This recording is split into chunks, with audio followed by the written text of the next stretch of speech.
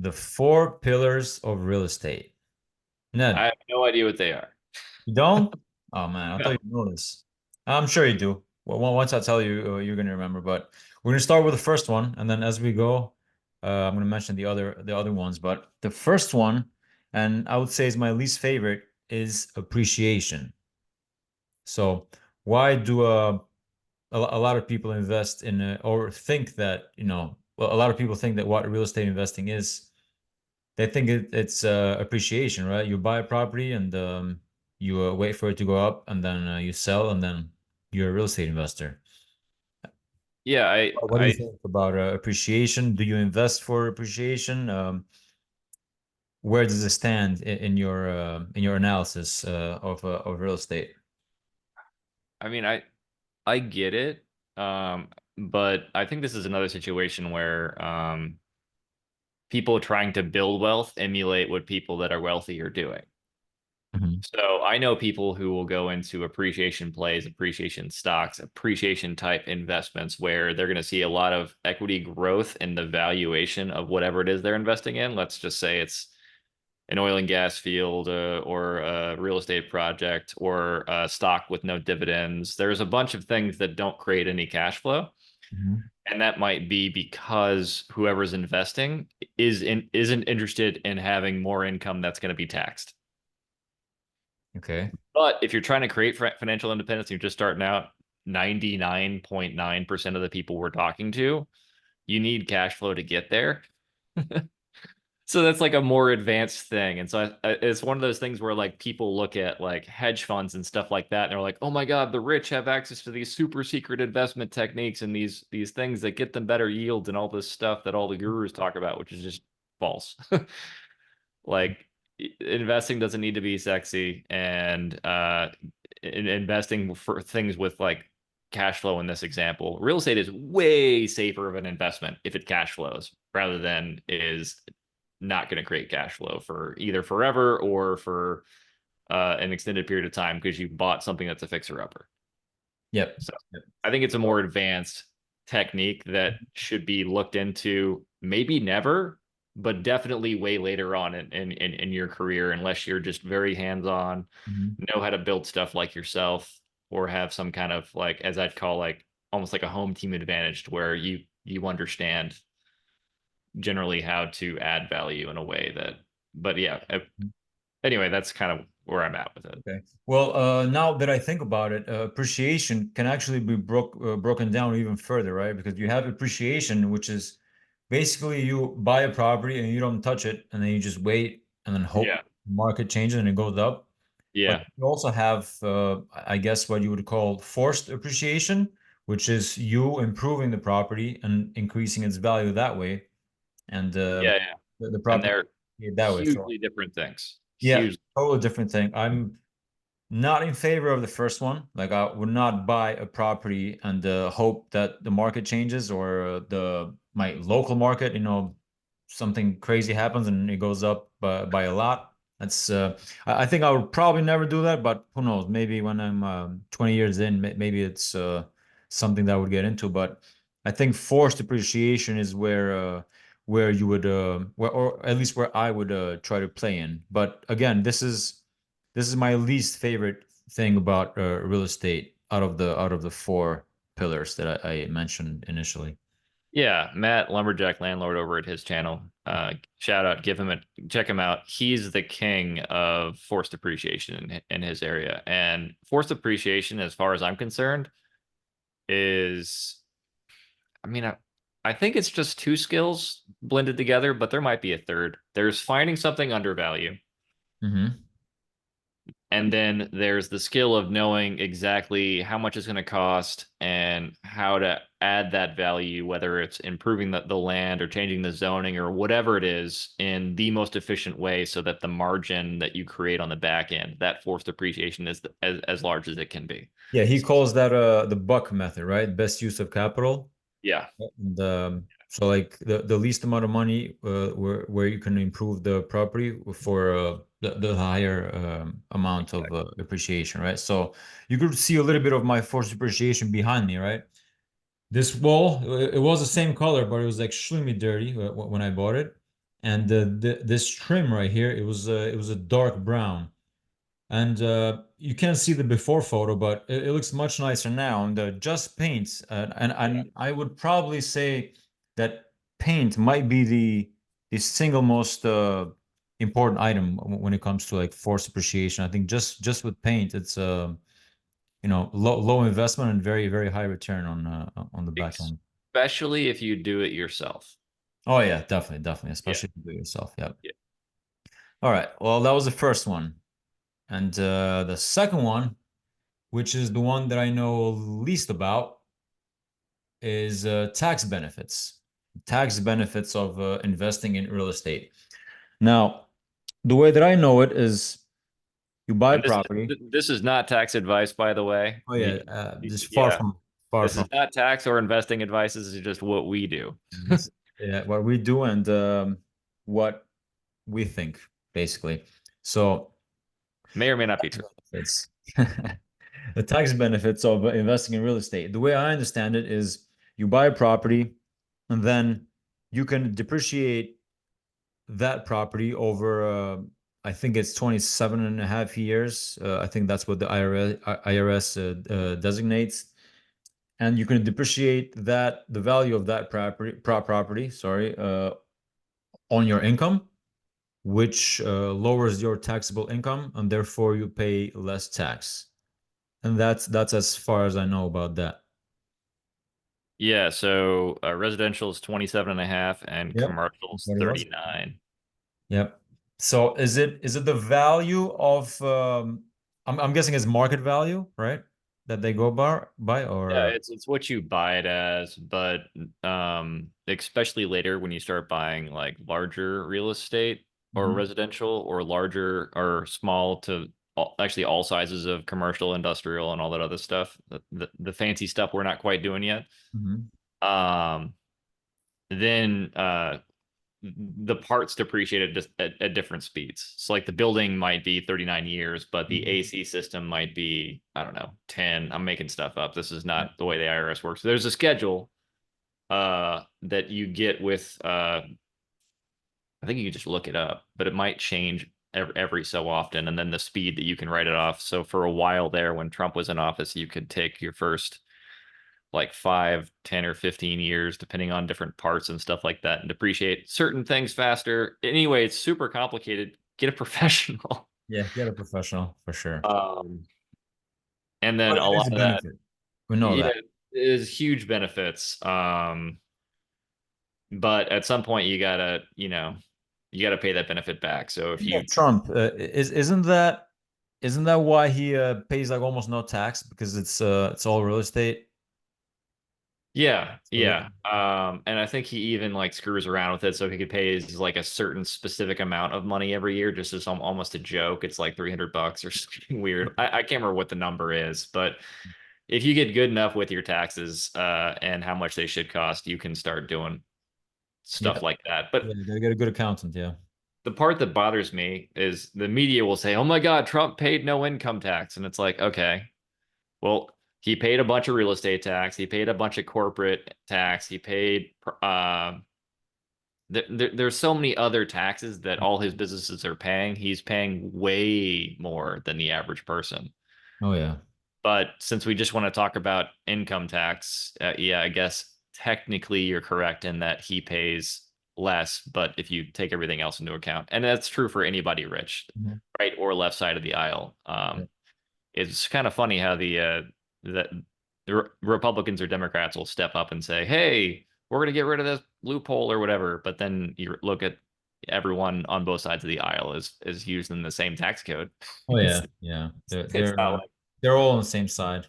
yeah, Yeah, and another benefit that I know of is when we talked about forced depreciation earlier. yeah.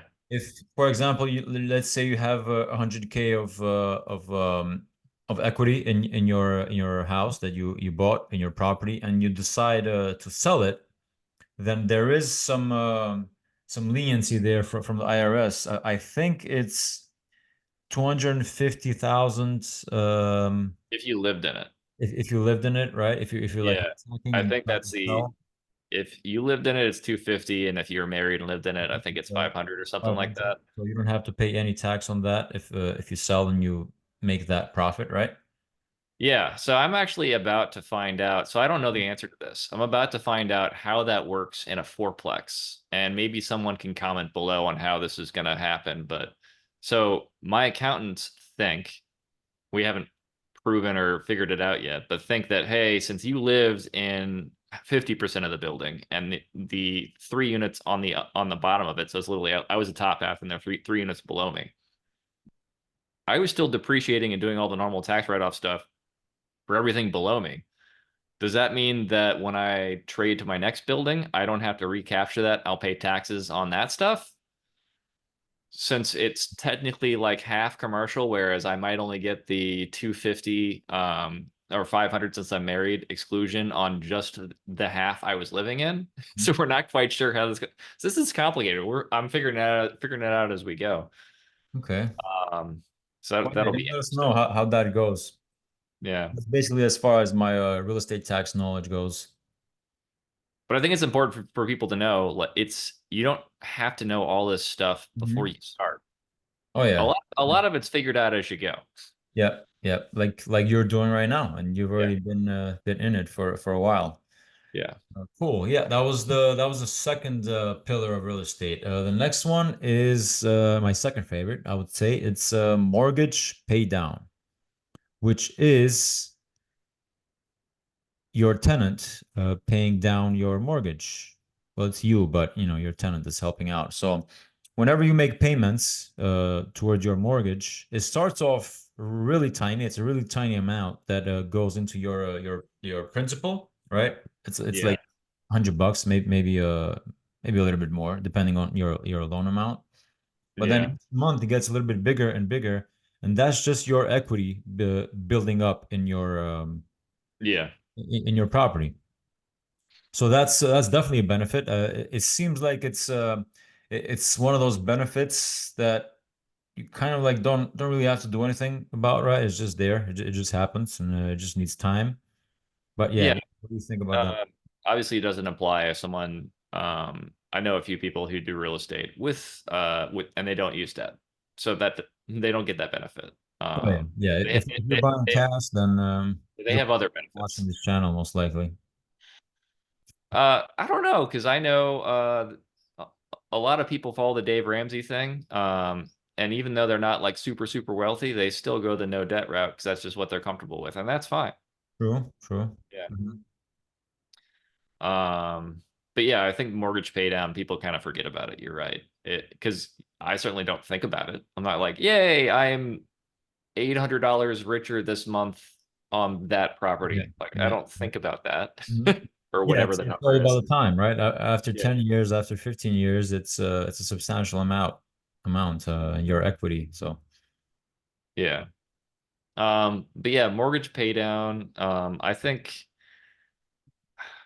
I don't know if mortgage pay down itself is the biggest benefit, but I think that the flexibility and the availability of the opportunity to decide to use leverage in a lot of different ways on real estate is the big benefit, at least from my perspective, because that really just means you've got flexibility. You're not going to be put in a situation unless you're super over leveraged where it's like, oh no, this wall broke. So, for example, I have a building where we found out, hey, there might be a structural issue on the first floor, and it's this building I own it's nice, but at this point, I think it's only 40 or 50% leverage because I didn't re-leverage it. But I can go to the bank and say, hey, I'm going to have to do the structural thing maybe, and I'm just very transparent with the banks. I feel like you should be.